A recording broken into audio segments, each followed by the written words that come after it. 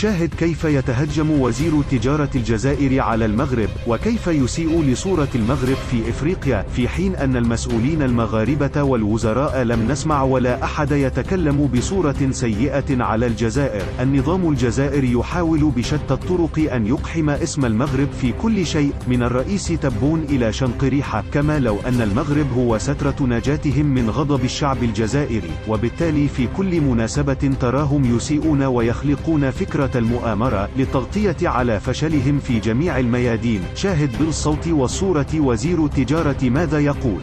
وأنا أضمن لك الكميات، وأضمن لك جودة المنتوج، وأضمن لك السعر التنافسي، ونضمن لك أن ما يصدر إلى بلدكم هو منتوج رقم واحد، يعني ما يستهلك من المواطن الجزائري، ونفس ما يتم تصديره إلى أوروبا. نحن لسنا بلد يصدر إلى أوروبا النوع الجيد وإلى إفريقيا أنواع سيئة، كما يفعل بعض جيراننا كما يفعل بعض جيراننا.